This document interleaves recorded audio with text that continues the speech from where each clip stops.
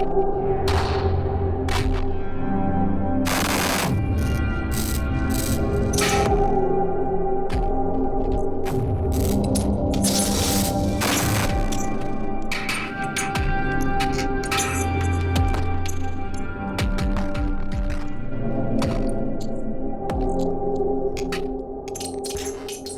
like we've got an interesting variation on what everyone's drinking. Not the same as we usually do. I have blueberry green tea, and I'm following that up with Trader Joe's sparkling blueberry lemonade water. Blueberry kick. Yeah. Wow. Where'd you get the green tea from? Also Trader Joe's, yeah. Conversely, I had it was like a week ago. I got bold and tried a blueberry cider from Knockin' Noggin, or that's the name of it. I don't know what it was. All I know is it was one of the worst things I've ever tasted in my entire life. And I did the full on like to my partner. I'm like, oh, here, this is terrible. You got to try this. And to her credit, she gave it a shot and winced, like physically winced. Do you just not like? Do you not like blueberry, or is it just was it implemented poorly? I love blueberry. That's why I gave it a shot. Right. I don't know what they did to it. It was a calamity. It had some element of blueberry in it. Like, it wasn't like it was just deviated from blueberry too far. It had all these other like non-complementary spices and crap in it. And it had, you know how like you drink something and it'll have like, you got your initial flavor, then there's like the aftertaste. This was a roller coaster afterwards. It was like, it like had an aftertaste, and then like it kind of faded out, and then it came back in, and then it was strong again. It was, it was a good like 3 or 4 minute adventure just after you finish that first sip. It sounds horrible. Yeah, I feel like there's not much that complements blueberry well. Yeah. Except more blueberry. Yeah. That might have been where they screwed up. Yeah. Was trying to like add something. If it was just a like a more simple formula, it might have worked better. I've been eating a lot of blueberries in my breakfast too, and there's just not much you can mix with it. You know what I mean? Like if I dice up an apple or a banana, you know, I could put peanut butter with banana or cinnamon and almonds with apple, whatever the fuck. Like blueberry, it's like just blueberry. Like anything else, it just kind of becomes nasty. It's good stuff, high in antioxidants. I could fuck with like blueberry on oatmeal. Mm-hmm. Something like that. Like you know, something that doesn't have much competing flavor. Mm-hmm. This is now a breakfast podcast. It is. What are you drinking, Dave? I am just drinking coffee. I'm drinking warm coffee. I've switched over from iced coffee. Yeah, where's the iced coffee, Dave? Yeah, it's well, mainly because it wasn't prepared ahead of time, and so this is the pot that was made like an hour ago, and I was like, okay, fuck it, I'm just gonna drink warm coffee. It's delicious. It's not as good as iced coffee, but it is also the middle of winter, so maybe compromises can be made. It's delicious though. It's from Big Dog. It's their blend. Oh, nice. What about you, Nick? What are you drinking? Drinking some black tea that I got. This aged black tea. It's really delicious. From White 2 Tea. It's this like Chinese tea importer. And you can get like ridiculous teas from them, and they're all really cheap. It's amazing how much like everything I get, it's like 80 cents a day to drink like the best teas in the world, because it's just fucking cheap to get a big bulk tea, you know? Mm-hmm. So it's delicious though. That requires brewing though. It does. Yeah, I can't do that, man. That's too much. It's too much responsibility. Different types of brewing too. You can do your gong fu style brewing, which is just in a tiny pot for like a few seconds, or you can do the grandpa brewing, which is what most people do, which is just throwing leaves in a pot for a while. Which one do you do? It depends on the tea. With this, I did it a little more grandpa because it's a black tea and it's good like that. But some things would be kind of nasty that way if they're a little strong or like aged or fermented a little. Now, Earl Grey is a black tea, right? You know, there's all tea comes from like one leaf, and it's just how oxidized it is that makes it like a different kind of tea. I like Earl Grey, and I fully admit that I started drinking it because of Jean-Luc Picard. I was just gonna say because of Star Trek, dude. Yeah, 100%. Earl Grey, hot. And that is what I say every time I make it. Yeah, I think it's just a black tea with bergamot, and that's pretty much what an Earl Grey is. I like Earl Grey too. I'm similarly though. Like every time I try to get into tea, or like, oh, I should drink more of that instead of just coffee all the time. I'm just too lazy. That's the only reason why I'm getting back into tea is because Trader Joe's already has it brewed and flavored, and it's in a bottle. I'm like, convenient. It was actually Sean Dementia that got me back into tea a little bit. Yeah. Oh, nice. Yeah. I'm just trying to introduce caffeine back into my diet after not having any for like 6-7 years now. Yeah. So I figured this green tea was a nice way to ease back into that. There's something about the idea of not having a near constant IV drip of caffeine in your life that is incomprehensible to me. It is for me as well. Like you know how dependent on it I was when I drank it. You know what I mean? But I eliminated it to try and help with my insomnia and my anxiety attacks. But honestly, cutting it out over the last few years hasn't really made any fucking difference. So I might as well keep drinking caffeine and get the productivity boost. I could definitely use that from time to time. It just gets me back to zero. Yeah. Right. Yeah.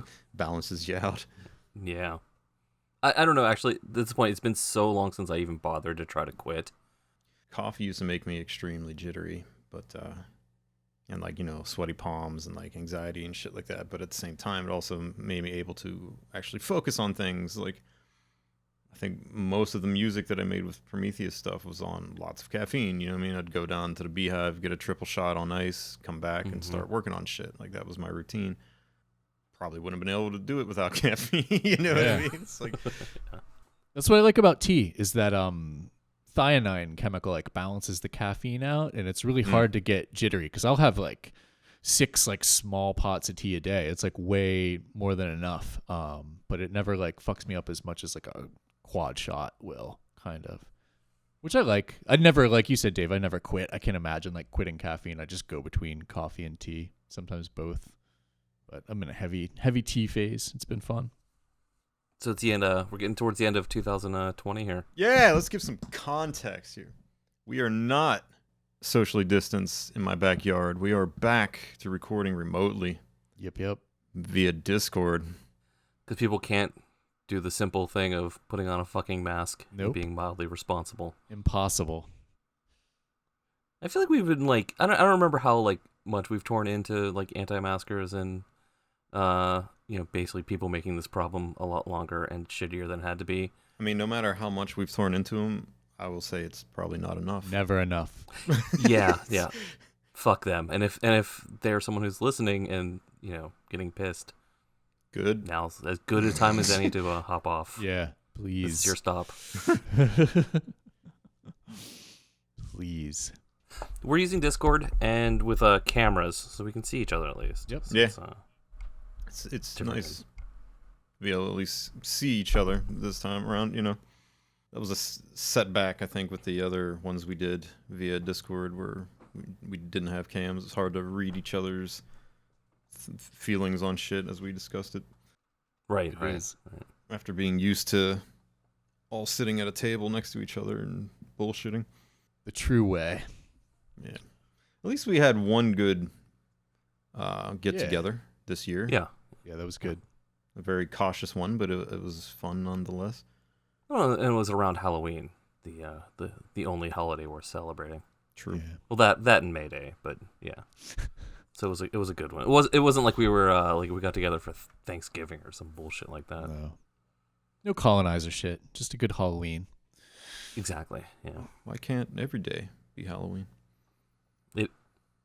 Oh, there's a song I should send you. Yeah. Bum, bum, bum. So this is the end of December that we are Yep. recording this. I don't actually know what date it is. I don't either. Does anyone? Oh, I got stuck in a wormhole on the internet last night. I had the bright idea. I'm like, why don't I look at Eurorack Reddit? And what pissed me off was holiday songs being played on modulars. And I listened to a few of them, and I'm sorry, but it was upsetting to me. I'm sorry, You people. don't want to hear but, like, someone's rendition of Jingle Bells made on low-pass gates? no, I don't. I don't. Were they like earnest? Were they like I'm going to make a good holiday song, and it was like what you might hear on like a Hallmark special? They weren't terribly produced videos. I'm sorry. I just don't like it. I hate it. But it wasn't like switched on holiday music or anything like that, like where it sounded like super electronic. Like it was It like kind of was. It was Like kind of Doctor like Who. yeah, like it somehow had that quality to it. That's just like that's a kind of a shitty patch too, you know. Upsetting listeners. It's okay. Got to keep it real. Yo, thanks to quarantine, my exposure to shitty holiday music has been like absolutely nil. Ooh, like yeah. I think I heard, where the fuck was I? I think it was like CVS. I went up there to grab like some essentials, and they had holiday music playing the other day, and that's like my only exposure to it that I've had so far. It's been pretty nice. So who's got something that they want to kick it off with? Yeah, I was gonna start with my 2020 roundup. Yeah. Like what I consider to be my top 3 picks of the year. Ooh, top 3. I can do a top 3. Can you do a top 3, Dave? Yeah, how about you, Dave? You got 3? I do have a top 3, but one thing I did want to say is maybe before we got into listing is we had mentioned at one point we were talking about over quarantine doing DIY stuff and then not doing DIY stuff, and I have a bold brash announcement. You do. I finished my Sonic Potions LXR. Fuck yeah. Let me borrow that shit. Mostly now I'm pissed that I didn't do it earlier. I told you would be. Yeah, it's fucking awesome. I knew you would dig it. I regret selling mine like every day. Oh yeah, this is already cold dead hands Yeah. type of stuff. I'm not. I can't see getting rid of this. And the build wasn't even that bad. Like Yeah. I think maybe I just had in my head like, there's a lot of parts, but it was it was a weekend to do it and the Io expander. And yeah, as soon as I started using it, I was like, why did you wait so fucking long? Even within quarantine, I should have just done that in like the second week. Right. Like fuck it, we're gonna be here forever. Yeah. Then I got the Brennan Clark's alternative firmware What's that? loaded on it. It's very similar to the 0.37 has a lot of the similarities. It's just a lot of it's a bunch of like real small quality of life improvements that are actually really fucking useful. It's worth getting because it's free and you just put that bin file on your SD card and load it up. Dirt fucking simple. But yeah, no, I just want to mention that I actually finished something, and I'm glad I did. That's awesome, And dude. B, it was fucking amazing. Like, I'm fucking in love with this thing. I love the LXR. My biggest complaint with it was the lack of knobs and control over the parameters, you know what I mean? Mm-hmm. Like, I didn't have, like, a MIDI controller or anything hooked up to it to help with that. And so I used it extensively on the Mecha album, and then I sold it, and I've missed it ever since. And every once in a while, like, I'll see one pop up used, and I'm like, should I get that? And then I saw that there's that whole 60 knobs from Bastel. yeah, like if I had that, I would have never sold it for sure. And Yeah. that makes me kind of want to get one again. I just don't want to fucking build one. So I'm like trying to keep an eye. If a nice looking one pops up at a reasonable price, I would probably grab it again for sure. It still ended up taking me a full weekend. I mean, it was, And that's you building it. Like you're compared to me, fast, and skilled with a soldering iron. Like that would probably take me fucking weeks to do, and I'd probably fuck it up multiple times. Yeah, I remember when I got mine, I remember it was snowing years ago, and I built just the stock kit. It was a full, 8 hours. I remember you saying it was like a full day. Yeah. Yeah. And then the expander came out a little later, and that was like a couple hours or something like that. Yeah, I built the expander for mine, and even that was like a full day for me. Fuck, man. Now I really want an LXR. They're good. They're so good. They sound like the quality of it, too. I just really like the hi-hats, as you probably figured out, is like where the FM love is, kind of. And, That is okay. I'm glad other people agree with that, because that was actually one of the things I was doing with it the most, was making hats. Like I have, my Electron cycles now, which to me gets me into semi LXR territory that I was using it for, but the hats are kind of trash. I just don't like the metal algorithm on there for hats, and the other algorithms, or I guess I shouldn't say algorithms, the other machines in there don't do hats as well as I like them. You know what I mean? Like the LXR, like there was just some really nice, crisp, crunchy, lo-fi hats that you can get out of it, and you can do all the micro steps with it, and do some nice rolls and shit. I fucking loved it for that. I think all the hats on the Mecha album came out of my LXR. I think going through the Sherman filter bank for added distortion and shit like that. I like the separate outs, like 2 sets of stereo pairs. Yeah. Yep. Being able to just be like, okay, here, like you guys are going to be the clean ones, and you're the one that I'm going to route into the modular and process. Yeah, the bass drums on it though, kick drums are fucking fantastic on that thing. Yeah. It's... Yeah. No, sorry. Zero complaints. I struggle to think of a machine up until the Rhythm that I was like so productive with, you know what I mean, than the LXR. Like I was just able to get a lot of mileage out of that. You know, I don't know. I miss it for sure. I think I need to get one again. Yeah, every time I find myself tempted by a machine drum again, I'm like, oh wait, why? When there's LXRs out there that I can get instead. I had a machine drum craving a couple weeks ago and realized like, hey, they're like $1,000, just for like a kind of shitty stock one, and it's just not. I saw the full blown one are going for like $2,000 now. I was like, what? What happened? Yeah. I remember a couple years ago when they were going like back down to like $600, $800, and now all of a sudden they're like, I guess in flavor again. I don't know. So 2020 is wrapping up quickly. Thank fuck. Oh yeah, no, this will not be missed. Before we get into our top lists, one of the things I was thinking was a lot of this stuff is like kind of border 2019. Like 2020 didn't see a lot of new stuff overall. Not a terrible amount of stuff. Not at the rate we had been coming into this year with. Right. Mm-hmm. It seemed like a lot of stuff did kind of grind to a halt. Not unexpectedly given the circumstances, but... I think that was an issue that was going to be an issue this year, pandemic or not. Because I like went back and looked at like some of our previous episodes towards the end of the year. Like from NobCon on... between NobCon and NAMM, like there was nothing on the horizon that like any of us were like hyped up about, with the exception of getting a Hydrosynth. Mm-hmm. Right. There was just like nothing. You know what I mean? Like the supply chains were kind of fucked up before the pandemic, and that kind of crushed them too. So a lot of people can't even make modules right now. On top of it being like, we were talking about it being at the saturation point before. Like, is it like, you know, where are you really going to go now? That's not something digital or something that's just, I don't know.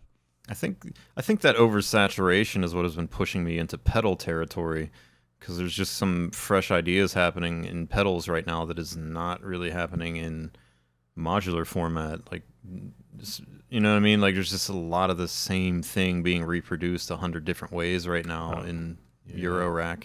Which is a shame, because it used to be the opposite. This used to be the frontier of like interesting stuff.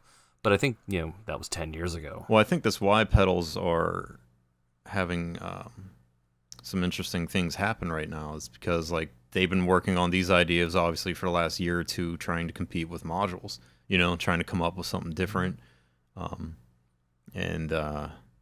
It seems like they're succeeding, you know, like there's a lot of interesting, like Microcosm is essentially like a clouds on steroids, you know what I mean? Like it just seems to like play into that very specific sound that people were using clouds to generate, and just focusing on that and blowing it out, you know what I mean? Like giving you all these ways to achieve that faster and almost effortlessly, it seems like, in some of the demos that I'm seeing, you know what I mean? Like to get certain things like that out of clouds, it requires very specific types of modulation, and you know what I mean, and sweet spots. So I mean, do you think the fact that it's a pedal and you know you need to shy away from having a lot of controls lends itself to that quickness of A to Z, getting the sound that you want? That maybe having the million options and a million inputs and outputs and modular ends up being a little bit of a detriment to, you know what, I just want the sound. Exactly. Like there was absolutely people who were for buying clouds but didn't want to get that deeply into modular. You know what I mean? And like who were probably intimidated by all the CV functionality and trying to learn how to use clouds and things like that. They just saw a few demo videos and they're like, I want that. I want to run my guitar into that, or my synth into that and get this sound that I hear in this demo. And so they would have to go out on a limb and jump into modular, even if it's only, dipping a toe to get that. And now they don't have to. Now here comes a pedal, and they're like, oh, great. You know what I mean? Here comes Microcosm, which does all this. I don't have to worry about CV. I don't have to worry about a rack and power for modules. Does it have like a modulator on board? Yeah, it has some internal modulation stuff going on. There you go. But a lot of that, I don't even think you can control. Like, a lot of it just seems to be like doing its own magic under the hood. They've decided what is the best, or what is the most Exactly. popular, or the thing that if you bought this is probably what you want. And if you're right, 99 out of 100 people that buy it, it's going to work for those people. And if you are someone who's like, well, this isn't exactly what I want, well, then go get clouds and a bunch of modulation. Like, if you watch videos for Microcosm, they all sound 100% the same. You know what I mean? But like, that's a very focused sound that like people wanted, to get out of clouds and other, I don't even know what to really call that. I guess granular style effects, and like the Chase Bliss pedal, it's the same thing. You know what I mean? Like, they all seem to be piggybacking off of things like clouds and other modules that were doing that type of thing. And So do you see the future being the path of module comes out, people use it a bunch, everything sort of like funnels or converges into, well, here's, a good typical sound for that module, and then it becomes pedalified? maybe. I mean, it's definitely happening with a few specific sounds right now. Just like the lo-fi thing as well. You know what I mean? Like, people want that instant Boards of Canada sound. They don't want to have to use 7 different modules to get there. So pedal makers have been cranking out some very interesting lo-fi pedals that will get you there with minimal effort. Yep. And I can see why they would keep going, because the attempts to make modular pedal boards kind of failed. Multiple people tried it and it never caught on. Nobody wants to go that route. Yeah. It's still ultimately too complicated. That's not your focus. That's our focus. Like, as like people that are really interested in this stuff, we want that kind of control, and we want to tinker with that for hours on end. And someone else just goes, I've got notes. I've got to work with this band. I've got all these other considerations. I need to hit that button, and it makes it sound like this. Maybe like a knob, or two to control certain things. But the reality is they want it to be streamlined and very, very few options. Yeah, like, look at the PolyFX Bebo. Like, that was meant to be a guitar pedal at first, and like, it seems like a lot of guitar people were like, what the fuck? Like, I don't want to deal with that. But like, modular synth people were like, this is fucking great. This is like a mini, modular that I can have in a little pedal board. It's like, synth nerds definitely are eating up those types of things more so than like the guitar and pedal enthusiasts. So is that what you see as like 2020 having a lot of? Because that's not something frankly, I wasn't paying that close attention to it. I knew about the digit stuff, but like the stuff you've rattled off, I didn't know about. Yeah, I think the most innovation, at least in my opinion, over the last year was in the world of pedals. From like mid 2019 to late 2020, there was a shit ton of really interesting pedals that came out that do very specific types of sounds that previously you'd probably only find in modular or with a combination of pedals and secret sauce, and they're coming up with refined, all-in-one pedals that can achieve that specific effect or processing sound, and it's kind of cool. I was always bummed that we didn't see more of the interesting pedals that have existed over the last 10 years get ported into modular, and I always thought that is something that they would do, but there's still not a lot of that happening. We got like the Magneto from Strymon, we got the Afterneath from Dwarfcraft and stuff like that. Fuzz Factory, yeah. But there's WMD. There's a few, and most of the time, like, they don't seem to be, I don't know, like they don't seem to be a better option over the pedal a lot of times, unless you're just looking for some CV. Yeah. It seems like they've just taken the pedal, added a couple of modulation points, and put change the power source. It doesn't seem like it's a massive innovation or deviation. The pedal is still a viable option when you're looking and comparing it to the module in a lot of cases. Yeah. I guess what I'm trying to say is I'm surprised that when someone releases a pedal in this day and age that they also don't have like a modular version of it that comes out at the same time. You know, like there still seems to be, with a few exceptions, a very distinct line between pedals and modules, you know. I feel like at one time I had a lot more pedals. And now I don't have a single pedal. CV controlled effects or just effects in modular weren't nearly as popular at the outset too. I mean, ZDSP was kind of a revolution, and now it's like there are tons of things like that, or at least, you know, it's crazy how many effects we have now and stereo, whereas before that shit didn't exist. And there's still a lot that I don't consider that good either. You know what I mean? Like, fuck yeah. I feel like a lot of it effects sucks. is where there's a lot of room for growth in modular.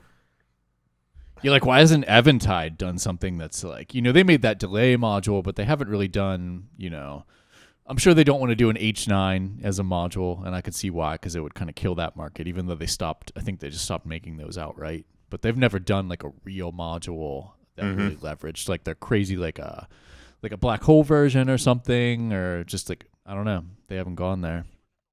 I could see why too, because they're like kind of high end, you know, and how much like are people willing to spend on a single module? Some people like bitch a lot if something's like $600 or like a Rainmaker and how expensive it is. It's like, well, like, would you rather it not exist? You know, like, I know it's expensive, but there's a point where like that shit deserves, like, you know, how much is an H9000? Like that shit's like $5 or $6 grand or something like that. Yeah. And if they put too much power in a module, then it's like, why the fuck am I gonna buy that? I mean, I think like looking at something like Paul Schreiber posting about the evolution of the Hyperion, because it's also expensive, but I think the complaints are a little bit less because it's like, oh, I've watched this. This guy's putting a ton of work into this. This is this is their job, and I'm paying not just for capacitors and resistors. I'm paying for all of the work that went into it, all of the work that you know, the programmer put into this.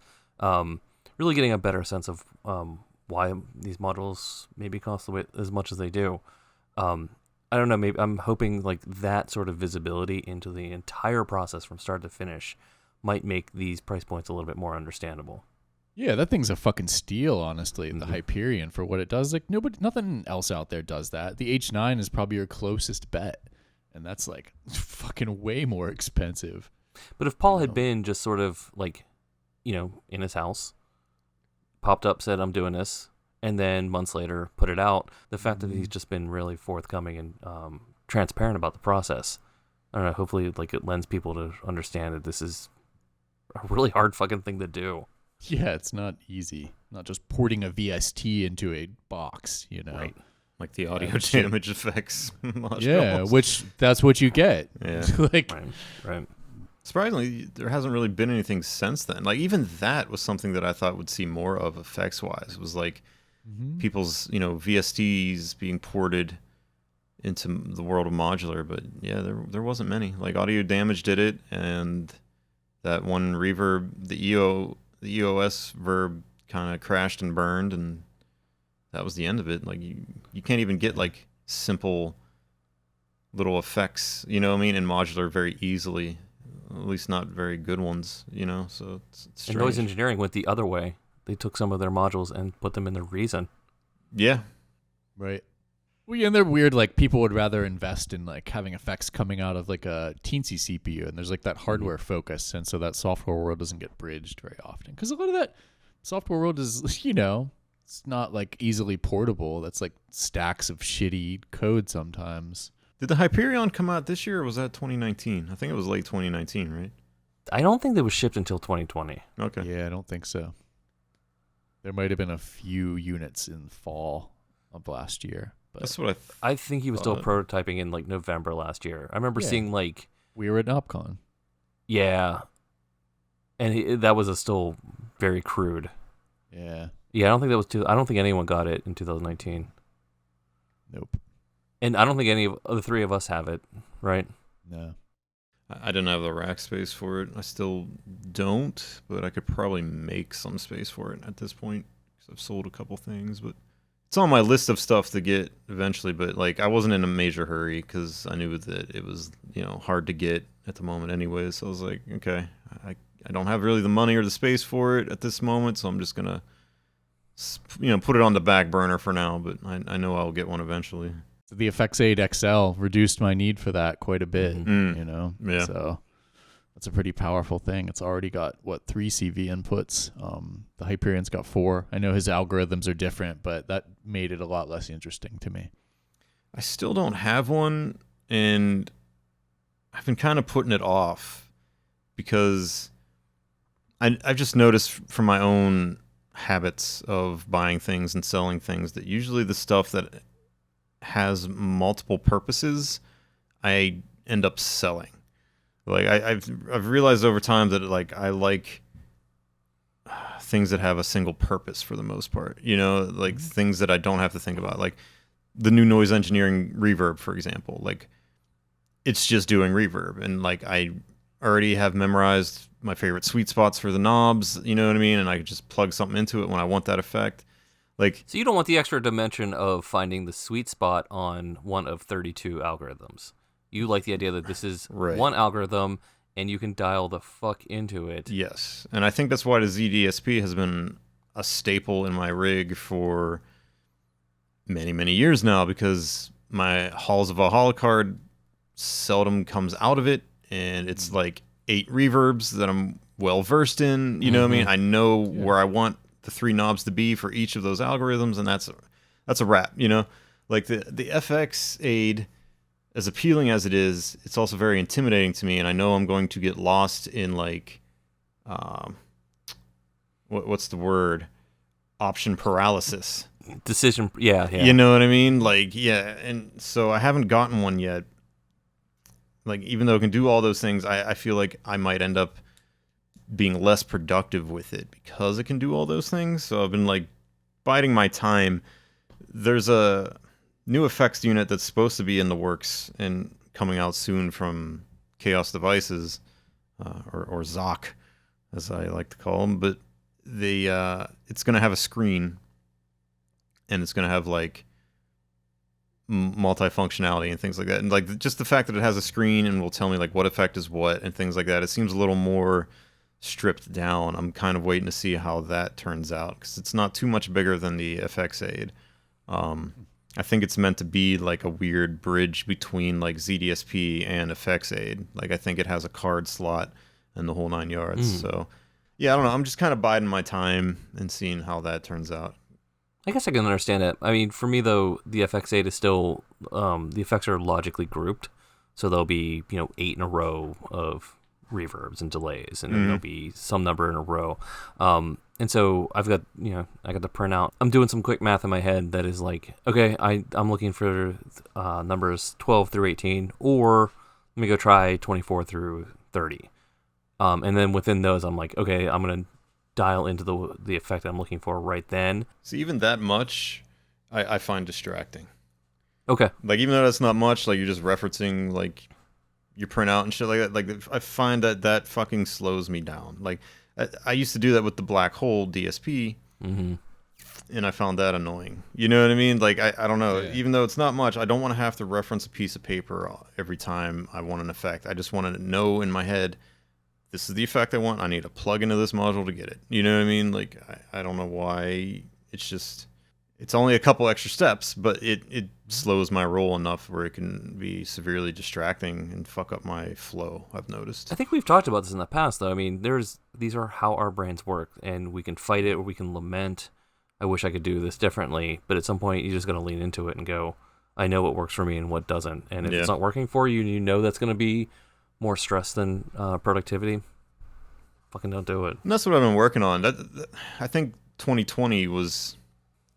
I spent most of the year not buying more stuff, but just figuring out what I don't need and trimming the fat and simplifying my rig into what I like the most. And that's controls up front, limited menu diving, limited multi-purpose modules, more single-purpose modules. Even if that means eating up more rack space, I prefer it.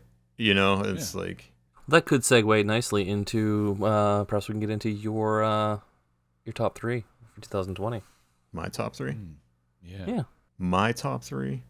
Didn't you say you had top 3? Jeez. Yeah. I just feel like I babbled enough already, but yeah, I can shut up for a minute if someone else wants to start with their top 3. Nick, would you like to start with your top 3? You start, Dave. Me? Yeah. All right, I will start then. I don't think this is a huge surprise, considering how long I went into it last time. The module of the year for me, and this may not even really necessarily qualify. It doesn't have to be module, just top gear of the year. Right. Wait. Well, does it have to have come out in 2020, or is it just like I got it in 2020? I think we discussed this last time, and we decided like if you got it in that year, it counts. I guess Okay. We'll count it. Yeah. Also, this is our rules. We can we do whatever the fuck we want. Right, that's true. So for mine, like head and shoulders above everything else is the humble quad operator. Yeah. We don't need to relitigate it, because I went into like depth last time about it. Listeners can go back and listen to that episode if they're interested. I guess the only thing I would like to add is like it's not like I've changed my mind since then. It's actually only gotten like better. Like now that I'm diving into it and getting into it more and pushing different things that weren't obvious the first time. Yeah, it's living up to what I'd hoped it would be. And it's still, right now, it's the centerpiece of everything I'm doing. So yeah, it's, like I said, unsurprisingly, that is my top.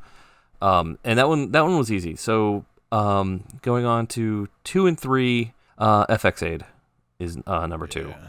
Just because it's in every patch now, and everything sounds good. I'm still surprised that it handles and makes everything sound good. I don't understand what they did. Anything specific?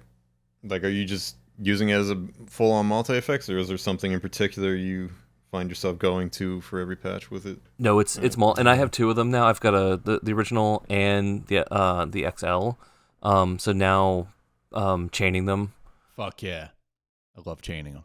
And I'm not I don't feel like I'm going to the same well. I mean, eventually over time, that's just what's going to happen. I know my brain. Certain things work better than others, so I will start using them more often. I think that maybe it almost goes back to what you were saying, Greg. Like everything sounds good, so just as I'm going through, I have to keep track of like, okay, that sounded good. Okay, those 2 sounded good. That sounded good. Okay, there's about 20 combinations that sounded good, and now I got to start narrowing those down into what I actually want. I could easily have 4 of them and keep them just on, like, I do keep one on this specific delay combo right now, and it's like I'd never change it. I could see having like 8 of them, to be honest, just leaving them on effects and not fucking changing it. And I still have not added or changed the effects that came with it. And Same. that's probably going to change here soon, just because they keep adding new stuff. And one of you posted the Igor effects now. Yeah, the stereo filters that dropped today, they look pretty sick. Yeah, they sound good. I think my time of using the stock and not screwing around with changing them is nearing an end, at least for one of them. I'll probably keep the XL as is and use the original one as the guinea pig for trying the new stuff. Just fill the whole thing up with a bunch of stuff that I don't, like basically trying out. There's enough new stuff that I can have an entirely separate new bank and start experimenting with those. So yeah, that's my number 2. And number 3, and I think this one really is pushing the boundaries of what constitutes 2020. Dark matter. Oh fuck yeah! Was that 2019? I think it was 2019. I think it was technically like, yeah. I didn't get it until 20. I don't think I got it until 2020, or more accurately, I didn't start using the shit out of it until 2020. The thing that I think that I still really enjoy is the fact that it still shocks me sometimes, not physically, like it's it is properly grounded, but like there are times where I'm like, I'm gonna send this through here and I've got like a pretty good idea of how it's gonna sound, and it does for a second, and then I just change something slightly and it just goes nuts, and it's like delightful. Yeah, it is like, ooh, I didn't know you were gonna do this. Record this because I may not get this if I cycle power. Yeah, as far as a fun experiment box and just fucking things up and seeing what happens. Fucking still love it. It's got a lot of places to like change the gain stage and distortion too, in like different ways. That's always a lot of fun with that for me. Like the sample rate, and then the overdrive, and then the filter overdrive, and there's a lot of play in there. And like and the way it behaves to CV, depending on even slow CV has this sort of weird thing, and then you put in faster or audio rate stuff in there, and it just completely changes the dynamics of everything that it's doing. Yeah, so that's my top 3. I think I've covered all of them at least in an episode, so that's mine. Yeah. Who's next? Okay. All right. I'll do mine in reverse order from bronze medal up to gold. Definitely will give the bronze medal to the Sweet 16 from Tesseract modular, the 16N controller. Because, I should have had a 16N controller for the 301 way fucking back. Because that's like a total game changer for that module. Changed how I thought about using it in live sets. It's just fucking indispensable. It's right under the 301 now. I originally started with the Slate and Ash 16N controller, which was output only. So it had a USB and then CV and I2C output. Kind of hated the cable hanging out of the modular and like having to build like a panel for that, and I just didn't fucking like it. But the Sweet 16 I really wanted, and had somebody shout out to Pier Paolo in Italy who actually built the module for me, and was like a fucking pleasure to work with. Unlike getting the Performer built, which I'll talk about a little. But Pier Paolo was awesome. Had that shit, like, gave me status updates every day about what was going on, and had my modified panel out. But it has inputs, so you can have CV control the actual knobs that are controlling the 301. And you can also do CV to MIDI conversion, since it outputs MIDI too. So I used to have that H9 module, I forget what the fuck they were called, Northern Light modular or something like that. It would control the H9 pedal. Mm-hmm. You can do that same thing with this module. Not that that's like the least interesting thing, but CV controlling all those knobs on like 301 presets that you have saved and being able to recall that shit, like, changes how I patch the whole thing. Like, now I just use modulators freely during a live set, knowing that I can just hook them up to these faders on that 16N controller, and it'll control the 301 shit. So now it's like, oh, I need an LFO. Let me go take that and then patch that in real time, instead of trying to be like, all right, this is already dedicated for this one patch. 16N controller, fucking mind-blowing. Making like little FM machines with the 301 that are just presets now, using the faders. That's fucking sick. That's the third spot. Game changer. Definitely love that module. Number 2, absolutely the Io Labs Flux, which is blowing my fucking mind right now. When I pre-ordered, I was on the pre-order. I was after the Kickstarter. I was on like the last group of people that got in to get a Flux module. And of course, Greg was going on about it, and I was very interested. But I was so worried it was going to be so complicated and take me like off my path. But it's not. It's like dead easy to use in a lot of ways, and just lets me add like crazy drum fills. I fucking love it so much. That's some cold dead hand shit for me now, for sure. That's the number 2. Easy. I'm not including the effects aid. That'd probably be number 4 if I was going to put it on that list. That's game changer too.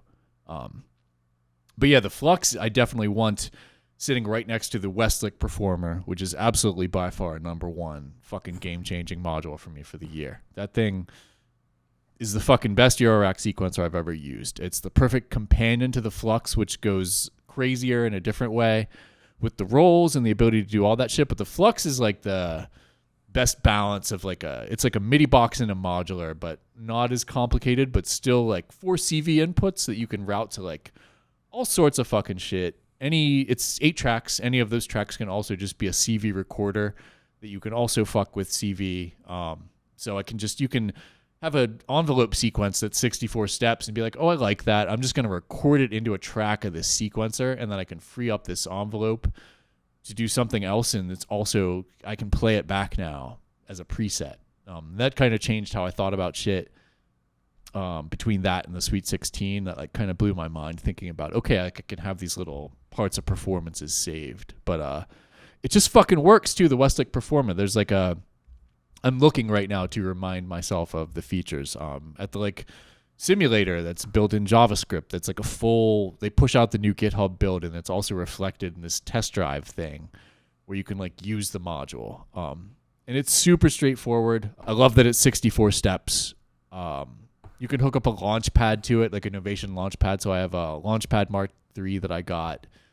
And it lets you just trigger the patterns like Ableton Session View. And that's also been like a fucking mind blower for me because it makes it so easy to like sketch out a performance. I can just go to the third session, and the next time I boot up the modular, it's going to come up on that third session, and I can just write the next part and be like, oh yeah, I also wrote part 2 last night. It corresponds to track 1 of my ER 301. And it's been easy to sketch out a live set with that shit.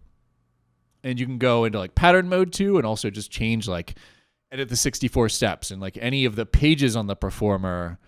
And it has like note probability and all that shit. You can edit any of the pages on the like pad grid, which sometimes is useless. Like sometimes it's like gate length on a track, which is kind of cool, but it's like, why am I setting gate length on a track with a slider? It's like, that's kind of novel, but you know, I've done it a few times too. But it's also got the note conditions from the Electron, which is what really sold me on this, because it's like they decided to make an Eloquencer and then destroy it with more features and also make it open source, which is what they did. It is. If you have an Eloquencer, you should probably get this because it's easier to use, honestly. Cheaper too. It's way cheaper. I saved money by selling it. It has all the MIDI input shit in a smaller space without having the expander.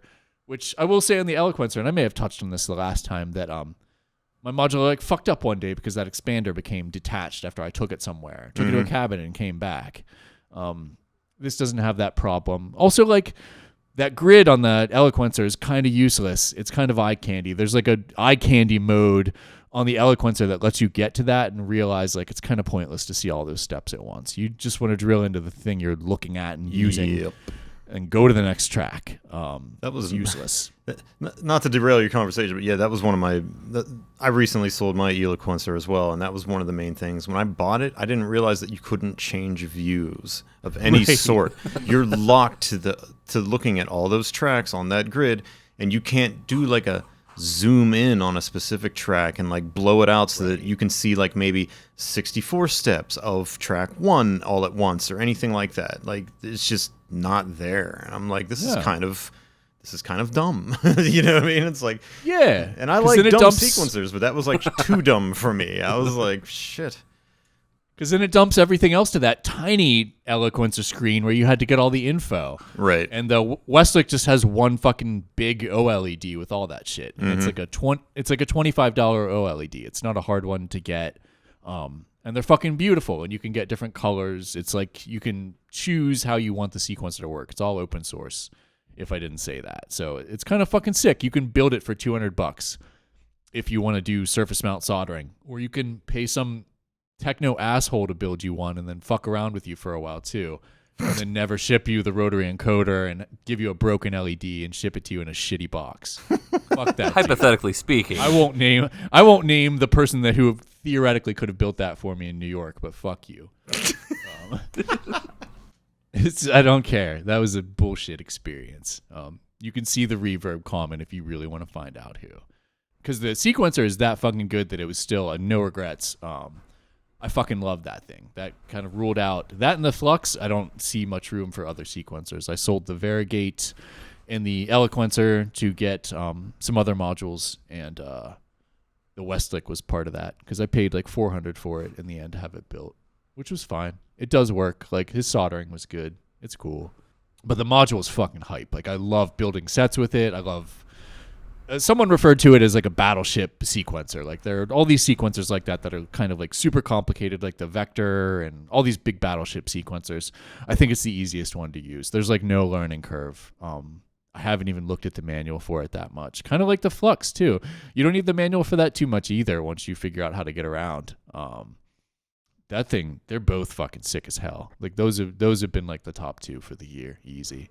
Wow. I'm intrigued by it, but also intimidated. Like I watched a couple YouTube videos and it just seemed like really menu divey to me. And I was like, this looks like something that Nick would dig for sure, but I'd probably be struggling to wrap my head around for quite some time to get familiar with it. But I definitely am intrigued by the power of it, especially the whole like Euclidean areas that you can dive into and things like that. I was like, that looks pretty rad. Yeah, the randomization, the Euclidean shit. Because really, like, there aren't many combos. It's the same combo on every screen, actually, which is the nice thing. Okay. And that gets you to the extra stuff that you want to get to. But it's really simple. I don't know. I'm broken because I'm used to, like, absorbing these fucking battleship sequencers at this point. Like, Right. I've owned most of them. There aren't many I haven't fucking tried. I never got used to the Varigate. Like, that. The Varigate was like that for me. It always felt like I had to remember all these fucking combos to get to things, and that's what killed it for me. That and all the bugs that they never fixed. But not having any kind of screen on the Varigate meant that you had to understand all of the blinking lights that were blinking at you. And how to get into the real-time record mode, and like I would overwrite shit all the time by doing it wrong, and it fucking drove me nuts. But yeah, the Westlicht is dope. I fucking like it. It's the easiest one for me. It feels less divey than the Eloquencer. That felt like really divey to me. I hated it. Getting to like all the options for the MIDI and shit like that, it was hard. Whereas this is like nice too. You can just take any track's output and route it to another track too. So you can have like a shape track. Another cool thing is like the CV recorder track also functions as like a massive, if you use that VST style, like shape designer. So you can just like make like, give me 6 saws on each of these steps, and then they'll affect all these parameters, and you can route that to like the clock divisions of another track and just do all this internal routing to like, you can get massively fucked up sequences from it, deeper than anything I've ever used. You can have a lot of CV affecting how the sequencers operate to the point where it's just IDM fucking shit show for sure. That's one of the best things about it. The Vector got there, and the Vector was super drivey for me in a way that I absolutely hated. And I think, though, Westlicht is a lot easier than the Vector for sure. The Vector had roads that I never attempted to drive down. There was a few paths that I was well versed with, and I was like, okay, as long as I know how to do X, Y, Z, I'm content with that. But it got to the point where, like, due to like all the updates and stuff, like even my XYZ started getting more convoluted and changed and buried in other functionalities and stuff. And I'm like, this thing, I feel like an asshole for owning it at this point, because it can do all this and I'm just using it for this. You're taking your Ferrari to go get groceries. Right. Yeah. Take a Ferrari to go to the fucking grocery store. This is too much sequencer for me. You know what I mean? I was like, it has a few tricks up its sleeves that I really like that I don't think are in other sequencers, but it's just, I hated the fact that I was so underutilizing it. I was like, I should sell this and get a different sequencer. And I hate to, they still haven't gotten the sync input to work on the Vector correctly. No. The last I checked. Yeah, that was still buggy. Part of the thing with the Performer too, and this is upsetting about the Eloquencer, is he did like that beta at the start of quarantine, and there hasn't been an update to it since, even though it was like, oh, there's just one more thing I've got to fix like half a year ago. And I'm at the point where, unless it's open source, I don't want your fucking sequencer anymore. I want it so that I can maintain it and so that I can understand the code, and that it can't be like a fucking abandonware. Because I just don't trust these people to finish the work. It's too hard. But yeah, that's my top 3. The Performer is easily top 1 for sure. That's awesome. I'm glad you're digging it and getting a lot of use out of it. I'm also glad to hear that it's working well with the Flux, and that there's like I can't tell which one's the ego and which one's the id, the super ego, but it sounds like they're working together to form a cogent consciousness. Yeah, the way you can do the drum roll programming in the Flux is just brilliant. That shit is just fucking genius. Yeah. I tried telling you, dude, but there was like no way for me to describe it. That's why I just kept saying like, oh, it'll handle rolls, man. Because like I didn't know how else to like explain. Like it's just one of those things you just gotta experience. It was the compression thing is when I got it too, when I realized, because I wanted to I didn't know if you could make rolls longer than a step. And then I realized with the compression, that's how you can kind of stretch that shit out. And then it was like, boom, okay, or condense now it. I fucking Yeah, or condense it. Yep. That's the crazy thing, is everything about it can go both ways. You know what I mean? You can have sequences within sequences, or like a full sequence on a single step and just blow it out. You know what I mean? Like, it's fucking ridiculous. Yeah, it's awesome. He killed it. That's fucking so good. Greg, Yes. do you have a top 3? And I you do. you can pick ascending or descending, whichever order you want. I'm gonna follow Nick's lead and start in reverse order. You could do it like a binary tree and start in the middle. No. Start at 2. Because I have a tie for All right. 3 for the bronze medal. Or I don't even want to call it bronze because, like, my favorites right now, I think are like all gold. You know what I mean? Yeah. So it's like they're all like top picks right now. Like, I'm very happy with all of them. You don't get to say that you love all your children equally. You've got to decide. Yeah. So, number 3, I have a tie with Cosmotronics Cosmics and WMD Carbon, which we've talked about. We've talked about both of these modules in our most recent episodes, so I'm not going to go on and on about them in depth again. But I just will say that, like, both of them are integral for my patching lately. Like, the Cosmics and its ability to just route auxiliary shit and then come back in and apply multiple levels of saturation, and just I'm getting a lot of use out of it, is what I'll say. And I absolutely love the distortion. It's the closest thing to, like, what I used to be able to do with an old Mackie within a modular that I've been in a long time. I like that it gets me there. In fact, it's not only my favorite, like, mixer module at the moment, it's my favorite distortion module. Like, I love the grime that I can get out of it and the balance that I can get with it as well. Knowing you for so long, there's zero surprise in that. Yeah. That is how you've used mixers in the past. And Yeah. kept mixers that were other people would have thrown out. Right. I want a Cosmix. That's one Yeah. of the few modules that I want right now, but they're really fucking hard to find. They are. I had to go across the ocean to get the 2 that I have in my rack currently, and cough up extra for shipping. It was like $30 a piece to ship. But I wanted it that badly that I coughed it up twice. You know what I mean? I was like, fuck it, it's worth it. I imagine you meant that you just looked overseas on the internet, but in my mind for a split second, I'm imagining you I took on a a boat. Viking ship. Yeah, on Yeah. a Viking ship, and like you had to like fight sea monsters Yeah, and like I hid away in a big Connex box, and I got scurvy at one point. It's rough. I had to eat rats. Yeah. But yeah, between the Cosmics and the W&D Carbon, I getting a lot of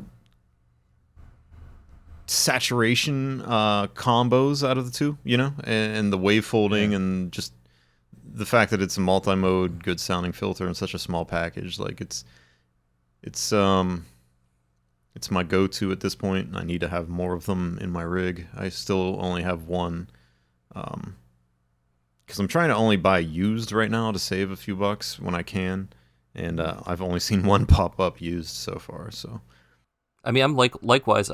Carbon is in almost every patch I have. And I think maybe that's why it didn't make my list. Is I've just kind of forgot that it's there. It's like the back of my hand in a lot of cases.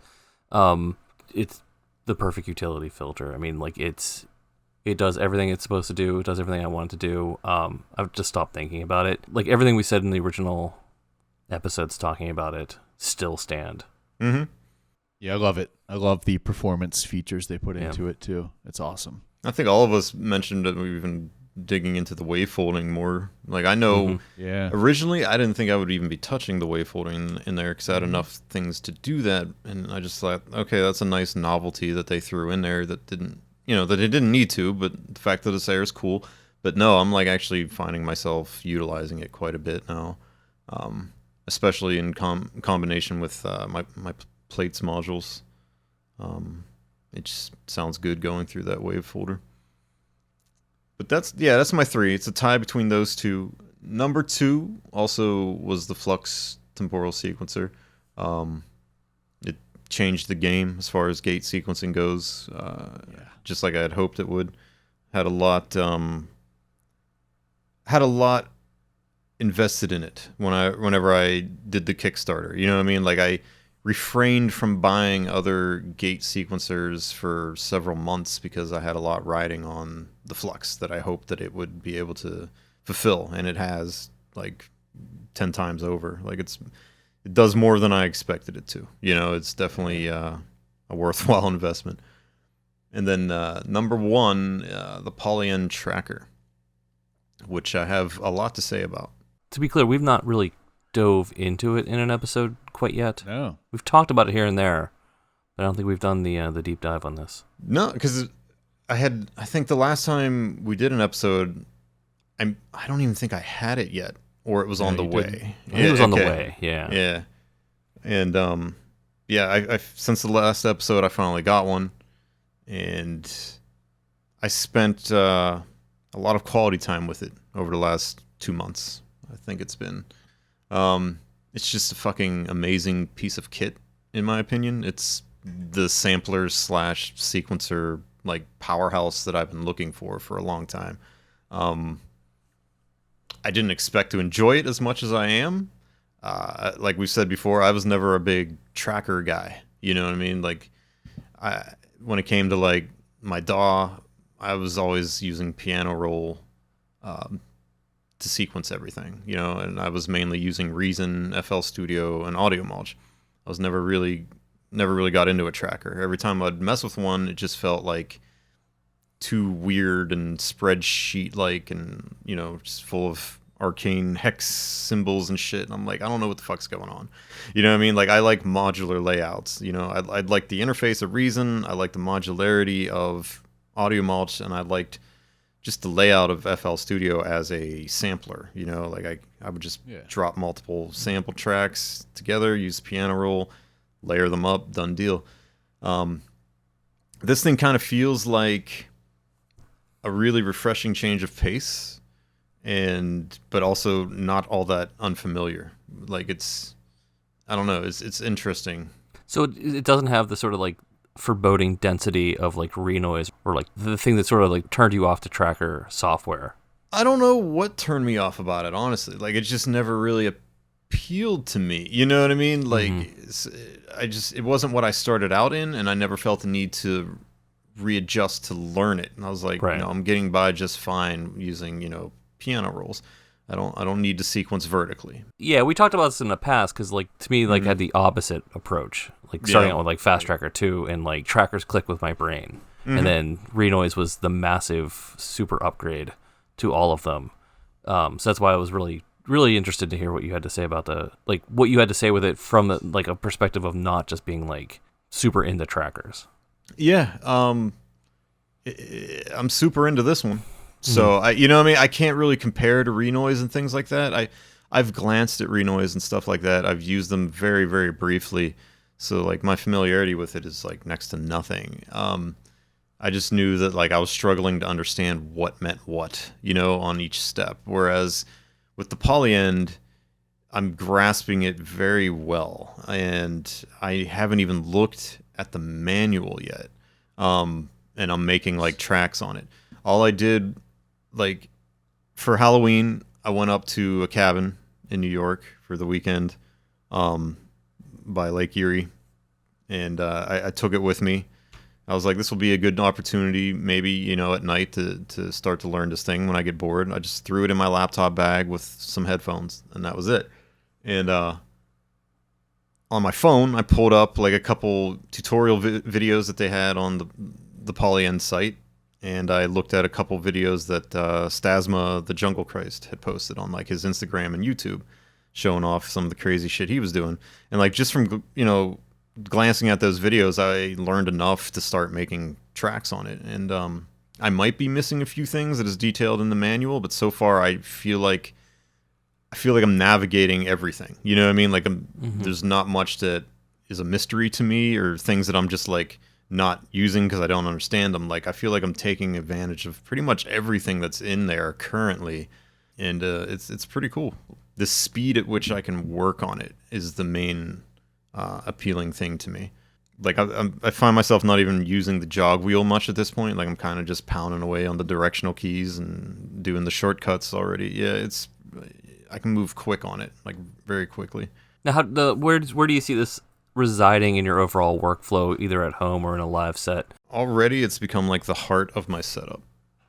Like I'm using it for sequencing and sampling and the whole 9 yards. I currently my sequencing options are limited because I only have, as far as MIDI to CV goes, that Busy Circuits MIDI module, which is only 2 channels. So I have 2 tracks dedicated at all times now on the Polyend, like going into there and just sequencing things in the modular. I have a 64 pixels CV OCD. Yeah, on the way. Those are good. Those are awesome. That'll give me a lot more functionality and free up some rack space as far as like MIDI to CV goes. And then once I have that, I can pretty much program my entire like drum tracks, on there alongside whatever I have going on, like sound and sample wise on the Polyend. Like I've been just dumping files that I've recorded from the modular into it and just sequencing it and slicing it, things like that. It's like everything that I wanted to like about Bitbox and Octatrack and shit about, but never really jived with. I can do it on this thing and very quickly. It has some limitations that I can complain about, but even those are minor. The main being it only has one stereo output. You have no ability to route like multiple stereo outs to other tracks or to other effects, processors and things like that. You just got your main stereo out, which is a bit of a bummer. But there is an onboard function to multi-track, like bounce down each track separately to waves, and then you can port that in wherever. But that's cool. That's how I'm utilizing it currently, but still, it would have been nice to be able to route through multiple hardware paths of effects in real time. The samples are mono only. That's kind of a bummer. Anything stereo that I put in there gets auto-converted to mono, so I don't have to convert it myself. That's kind of nice, but still. And then 3, the amount of project RAM available. It's a little limited. I'm not going to be dumping like full stems into this thing and using it like I would my Taraz, which is going to limit its usefulness for me live. What is the limit? I don't remember the exact number. For some reason, I'm thinking like 600 megs or 900 megs or something like that. I could be way off track, but that's just the number that's in my head. And there's a max length of time per sample too, so like I can't have full like stems going in there or anything like that alongside with like live sampling stuff. Have to keep it to relatively smaller sample files or slices. But it's more than like a second. It's not like it's not like literally a single hit. No. Okay. Like you can like I've already made some breaks on the modular and dumped them in there, and I think Stasma also had like a default sound pack included in there. There's a bunch of different like A-man breaks that you can practice slicing on and shit like that. And then the fourth and final like minor complaint is it only comes with 2 dongles, yet there's 4 ports, which is a little weird to me. Like you have to pick and choose what you're going to use the 2 dongles for that they gave you. You can either use it for your MIDI in or your MIDI out, and then the audio one's for your audio in, audio out. So like, can you get more and use them all? You can, and they're expensive. Like the official ones from Polyend cost $20 a pop, and I ordered them, and this led to a weird email exchange with them. So on their website, they advertise these dongles as being corded braids, high quality, and they have the Polyend logos on them so that like you don't mix them up with the 5 other billion dongles that you have sitting around. It's the right type. What machine it goes to. And I'm like, fair enough. I'm sold. Fuck it. So I bought the 2 more so that I could utilize all 4 ports on the thing. And the MIDI dongle that I got wasn't braided and it didn't have the logo on it, and I was like, what the fuck? So I held it up to one of the ones that I've gotten from Amazon recently, the generic ass like $2 MIDI dongle. Yeah. Identical. I was like, did they seriously just sell me a generic dongle for $20. So I emailed them and I was like, what the hell? And they shipped me the correct one, which was nice. And they said it was a warehouse mix-up, which I guess shit happens. Fair enough. But still, it felt a little weird. It seems weird that they even had those at the ready.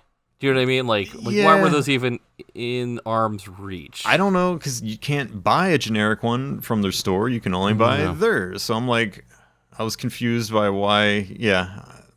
So, but they sorted it out, and now I have the official dongles. But I feel like, this thing only has 4 ports. Like, why not include dongles for all 4 ports? Like, I feel like that should be a given. It should be.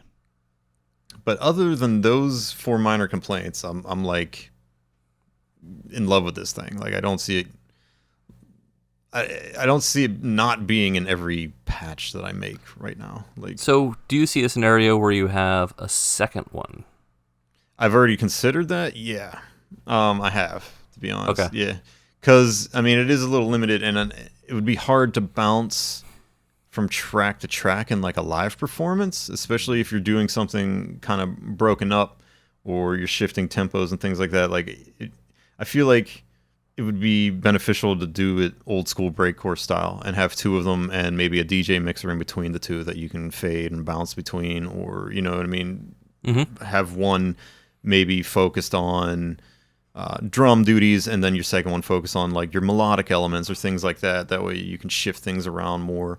And for the price and the size, you could, I feel like, it's kind of a no-brainer. You know what I mean? Like, you get 2 of these things, especially if you're getting them secondhand for lower cost than a laptop or 2 MPCs or 2 Tarazes or whatever the hell, 2 Octatracks for that matter. You know what I mean? Like, I feel like the price for the functionality that you get out of this thing is kind of insane. And plus, you already have the suitcase that has 2 Electribes and a shitty DJ mixer between them. Right. So you just take the Electribes out, you put the 2 Polyend Trackers in, you're ready to go. It's so compact. When I went to the cabin, I literally just slid it into my laptop bag on top of my laptop. Like, it just slid right in there, like nothing. Like, it is very thin, very small. I can definitely see these being utilized live a lot. It just the fact that it has that limited project RAM available, that I'm gonna have to figure out like what to do it with. Like, I'm probably not gonna sell my Taraz anytime soon. Like, I can see this being utilized with the Taraz or just having 2 of these or something. But the only thing I find, which is not really a complaint but just lacking, is the send effects. Since I've bought it, they've already updated the firmware, I think 3 times. And in one of those updates, it implemented the overdrive, which is nice. But that's the 3rd effect now compared to the delay and the reverb that they added in an update also. So, yeah, you only got 3 sound effects. I would like to see a lot more. That way you can get into more sound design territories with this. They have more effects on board if you're going to use the sample editor, but that's not live. That's destructive editing once you're in like a sample editing mode. So yeah, I'd like to see some of those effects ported over into like their send effects for, live processing. But yeah, that's my number 1. Wow. Nice. That's awesome. Yeah.